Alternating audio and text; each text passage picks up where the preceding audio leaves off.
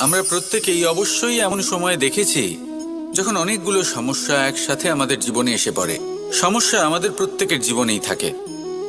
আমরা তার সমাধান খুঁজতে চেষ্টা করি, কখনো সমাধান খুঁজে পাই, আবার কখনো যতই চেষ্টা করি না কেন কোনো সমাধান খুঁজেই পাই না। আর যখন এটা হয় তখন মানুষ অত্যন্ত বিচলিত হয়ে পড়েন।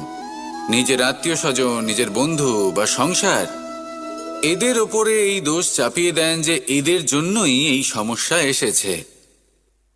এবার যদি আমি আপনাকে কোনো পরামর্শ দিই তাহলে এটাই বলবো যে দৃষ্টিভঙ্গি পাল্টে দেখুন। এই দৃষ্টিভঙ্গি দিয়ে দেখুন যে এই সংসারে যে সমস্যায় আসুক না কেন তার জন্য কেউ দোষী নয়, না আপনি না অন্য কেউ। এই পুরো খেলাটাই আপনার মানসিকতা, আপনার দৃষ্টিভঙ্গির, আপনার মনের।